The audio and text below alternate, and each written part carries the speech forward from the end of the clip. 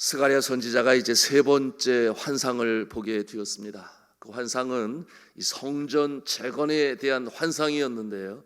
그런데 이 환상으로 보여주시는 이 성전 재건의 모습이 이 스가랴가 생각했던 그 모습과는 너무나 그 규모에 있어서 크고 방대하고 광대하고 정말 넓은 구와 같은 모습이었어요. 여러분이 이 스가랴 선지자, 포로에서 귀환한 유대인들, 그들이 영적으로 다시금 마음을 두고 하나님과 교통을 할 수 있는 성전 재건을 꿈꾸었습니다. 그런데 이 환상을 통해서 보여주시는 모습은 너무나 방대하고 크고 또 넓으니 참 그와 같은 환상을 볼 때 어떤 마음을 가졌을까 우리가 상상해 보기도 참 쉽지 않은데요. 여러분, 성경 본문 말씀으로 함께 들어가시겠습니다. 1장 1절 말씀 함께 우리가 보도록 하겠습니다. 1장 1절 말씀을 보니 거기에 어떠한 내용이 있는가? 죄송합니다. 2장 1절입니다. 2장 1절. 2장 1절에 보니 한번 같이 읽도록 하겠습니다. 시작. 내가 또 눈을 들어 본 적 한 사람이 측량줄을 그의 손에 잡았기로. 자, 한 사람이 보이는데 측량줄을 잡았다 그랬어요. 그리고 이제 2절에 보니까 측량줄을 가지고 이제 새롭게 세워질 이 성전의 규모를 잽니다. 그런데 4절에 보니까 뭐라고 또 합니까? 우리 함께 4절 말씀 읽겠습니다. 시작. 이르되 너는 달려가서 그 소년에게 말하여 이르기를 예루살렘은 그 가운데 사람과 가축이 많으므로 성곽 없는 성읍이 될 것이라 하라. 여러분이 성전을 지으려고 하는데 재려고 하는 자에게 뭐라고 말하냐면 잴 곳도 없다 그런 말이에요. 성곽 없는 성읍이 될 것이다. 그 크기가 얼마나 큰지. 그러니 또한 이 사람만 출입하는 그와 같은 성전이 아니라 가축들까지 언급이 되고 있어요.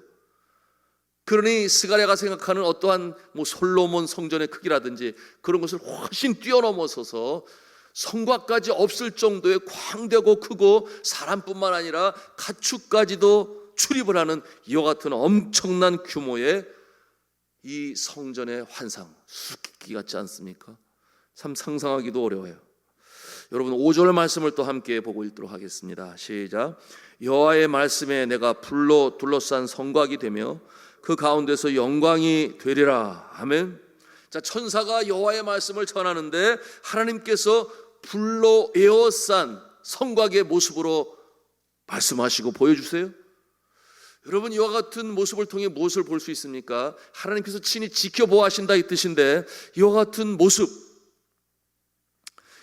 모습은 단순히 유대인들만을 위한 그 성전이 아니라 이 땅 가운데 모든 하나님의 백성들, 하나님께서 장차 미래에 완전하게 완벽하게 이루실 새하늘 새 땅 새로운 성전, 그 모습을 우리는 오늘 이 환상을 통해서 볼 수 있는 것입니다.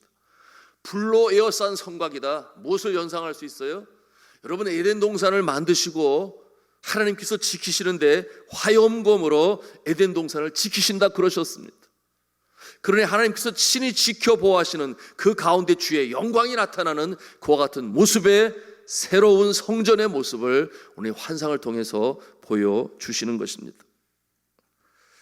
여러분, 스가랴와 학개의 선지자는 이스라엘 백성들을 책망하고 격려하고 그러므로 실제적으로 이 성전 건축을 이루게 됩니다. 그리고 성전 건축을 통하여 축복의 역사가 다시금 회복이 되었어요. 그것은 실제적으로 이루어졌습니다. 이와 같은 모습은 기원전 515년에 성전 완성을 이루게 되므로 이루어지게 돼요. 그런데 오늘 이 환상을 통해서 보여주시는 것은 말씀드린 것처럼 단순히 유대인들만을 위한 그와 같은 성전의 모습이 아니라 온 나라 열방 백성, 이와 같은 모습들이 함께 거하는 미래의 성전, 그 환상을 보여주신다 그 말씀이에요. 여러분, 이 성전은 어떠한 성전일까요? 여러분, 이 스룹바벨, 학개, 스가랴를 통해서 세워진 이 성전은 눈에 보이는 성전이에요. 그러나 이 성전은 다시금 개축이 되고 크게 만들어진 것이 헤롯 성전이 돼요. 헤롯 성전의 규모는 엄청나게 컸습니다. 그런데 하나님께서 장차 임하실 이 성전, 하나님의 영광이 나타날 성전은 그와 같은 성전의 모습이 아니었어요. 여러분, 지난 주간에 우리는 학계 2장을 통해서 이 성전의 모습이 어떠한 모습인가 하는 것을 나누었는데요, 구약시대의 성전의 모습은 결국 눈에 보이는 성전은 로마 시대의 섭정을 받으면서 주 70년에 로마 장군인 타이투스에 의해서 돌 하나 위에 돌 하나도 남지 않게 다 부서져 버리고 말았습니다. 유대 독립전쟁 때문에 로마의 제국이 그 모습을 그냥 내버려 두지 아니했죠. 그러나 그 전에 예수님이 먼저 바라보고 계셨죠. 이 성전을 헐라, 그렇게 말씀하셨어요. 강도의 불혈이 되어버린 그와 같은 성전. 그러면서 그 성전을 헐라 말씀하신 것은 자신의 성전된 육체를 가리켜 말씀하신 것이라 그랬는데요, 사흘 만에 3일 만에 다시금 부활로 일어나신 예수 그리스도의 몸을 성전에 비유하여 그렇게 말씀하셨던 것이었습니다. 무엇을 보여주고 있습니까? 성전된 자신의 육체, 이와 같은 모습으로 다시금 부활하신 예수님, 십자가에 달려 돌아가셨으나 예수님의 육체의 부활을 가리켜 말씀하셨던 것입니다. 좀 우리가 머리를 잘 써야 돼요. 이게 지금 좀 깊은 내용인데 굉장히 심오한 신학적인 내용. 자, 그런데 예수 그리스도께서 자신을 가리켜 성전이라고 말씀하세요. 그런데 구약 시대는 성전을 통하여 하나님을 만나고 하나님께 죄를 용서함을 받고 그리고 구원의 역사가 이루어졌습니다. 그러나 신약 시대에 들어와서는 눈에 보이는 이 성전의 모습이 아니라 예수 안에서 성전의 기능이 계속해서 이루어져 나간다, 그렇게 말씀을 드렸는데요, 기억하시는지 모르겠습니다. 그래서 우리가 예수 안에서 하나님을 만납니다.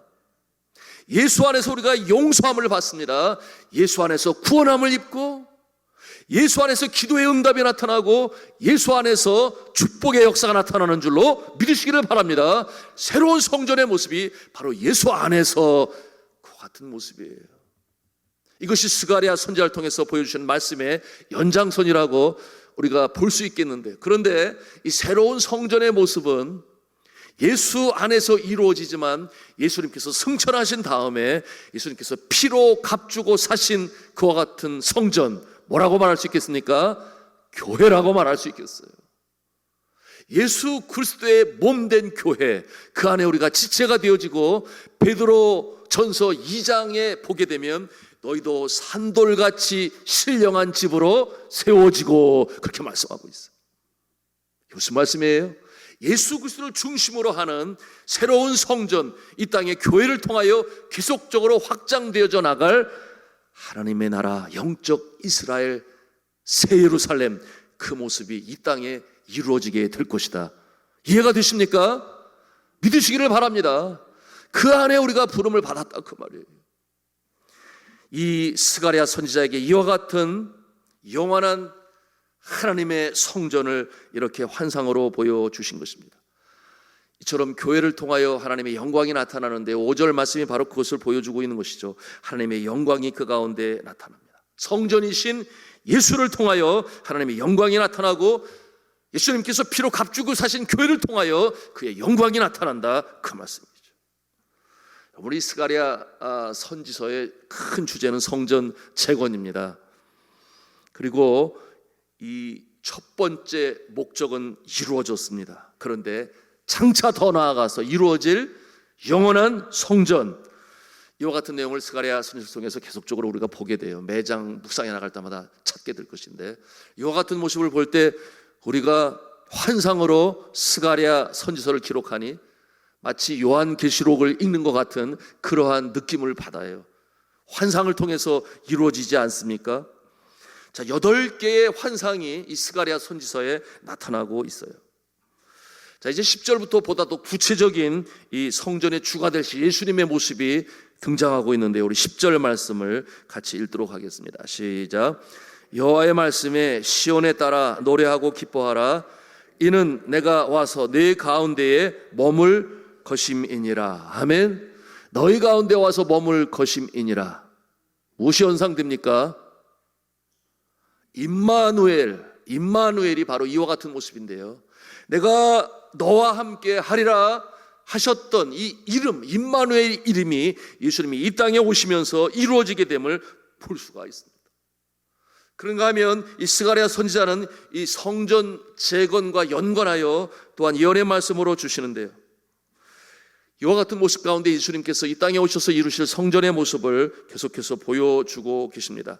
그 예로 우리가 좀 수고스럽지만 9장으로 한번 찾아가서 9장 9절을 찾아가서 보도록 하겠습니다. 2장은 이렇게 좀 철을 해놓으시고 9장 9절로 가셔서 함께 9장 9절을 읽도록 하겠습니다. 시작. 시온에 따라 크게 기뻐할지어다, 예루살렘에 따라 즐거이 부를지어다. 보라, 내 왕이 내게 임하시나니 그는 공의로우시며 구원을 베푸시며 겸손하여서 나귀를 타시나니 나귀의 작은 것 곧 나귀 새끼니라. 아멘. 언제 이 일이 이루어졌나요? 예수님께서 예루살렘 성전에 입성하실 때 이루어지지 아니했나요?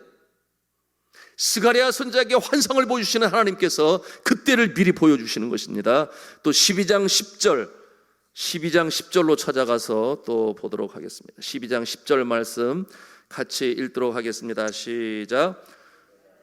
내가 다윗의 집과 예루살렘 주민에게 은총과 간과하는 심령을 부어주리니 그들이 그 찌른 바 그를 바라보고 그를 위하여 애통하기를, 독자를 위하여 애통하듯 하며 그를 위하여 통곡하기를 장자를 위하여 통곡하듯 하리로다. 아멘. 이게 또 언제 이루어진 일이겠습니까? 예수님의 십자가의 사건 아니겠습니까? 너무나 분명하죠. 스가랴 선지자에게 보여주시는 영원한 미래에 이루어질 성전, 예수님께서 친히 피로 값주고 사실 교회를 통하여 이 땅에 이루어져 나갈 영원한 하나님의 나라에 대해서 이처럼 완벽하게 명료하게 환상으로 보여주시는 것입니다. 사랑하는 성도 여러분, 이 약속의 말씀은 하나도 틀림이 없이 이루어지시는 줄로 믿으시기를 바랍니다. 그래서 우리가 약속의 말씀을 마음에 담아야 돼요. 묵상하고 또 읽고 암송하기 어려우면 찬송으로도 불러요. 찬송으로 우리가 성경 구절을 외워서 부를 수 있지 않겠습니까? 예를 들어서 나의 하나님 여호와가 나의 가운데 계시니 그는 구원을 베푸실 자. 그럼 뭐라고 그랬어요? 나를 기뻐하시는데 사랑하시는데 잠잠히 바라보시며 사랑하시며. 이와 같은 찬송이 스바냐서 3장 17절에 있는 찬송 아니겠어요? 즐거이 부르며 기뻐하시리로다. 이와 같은 찬송으로 하든지, 아니면 저는 요즘에 한국에 들어와서 정말 좋아하는 찬송이 여호와는 너에게 복을 주시기를 원하시며 너를 지키시기를 원하시며 또 얼굴을 드사 뭐라고 그랬어요? 은혜와 평강 주시기를 원하노라. 땅에 기름진 복으로 하늘에 신령한 복으로 복 주시고 또 은혜 베푸실 하나님이 내 삶 속에서 이 약속을 신실하게 지키시리. 이런 찬송 나오잖아요. 어디서 나오는 찬송이겠어요? 이와 같은 찬송은 민수기에서 나오는 약속의 말씀을 김석균 목사님이 곡을 붙여서 부르고 있는데요. 이처럼 찬송을 통해서도 여하튼 우리 가슴에 새겨야 된다 그 말이에요. 그래서 어렵고 힘들 때에 약속의 말씀이 나에게 있으니 이 놀라운 역사가 나에게 나타날 것이다. 아멘이죠? 이 확신을 가지고 우리가 나갈 때 믿음대로 되어지는 역사가 나타나는 줄로 믿으시길 바랍니다. 흔치의 착오도 없이 이루어지는 이 약속의 말씀을 스가랴 선지서를 통해서 우리가 보는 것입니다. 자, 이어지는 말씀, 선교의 중요성을 보여주는데요. 당연하지요. 선교를 통해서 온 땅의 사람들이 물이 바다를 덮음같이 여호와의 영광을 인정하는 모습으로 확장되어지고 자라날 것인데, 여러분 오늘 말씀 2장 11절 말씀 다시금 2장으로 돌아가서 보도록 하겠습니다. 2장 11절 말씀 같이 읽겠습니다. 시작. 그날에 많은 나라가 여호와께 속하여 내 백성이 될 것이요 나는 내 가운데 머물리라. 내가 만군의 여호와께서 나를 내게 보내신 줄 알리라. 아멘. 자, 이 말씀을 통해서 선교의 중요성을 우리가 깨달아 알게 됩니다. 또한 그전에도 먼저 말씀하세요. 오늘 말씀해 보니까 뭐라고 그랬어요? 6절 말씀을 같이 읽도록 하겠습니다. 시작. 오호라 너희는 북방 땅에서 도피할지어다.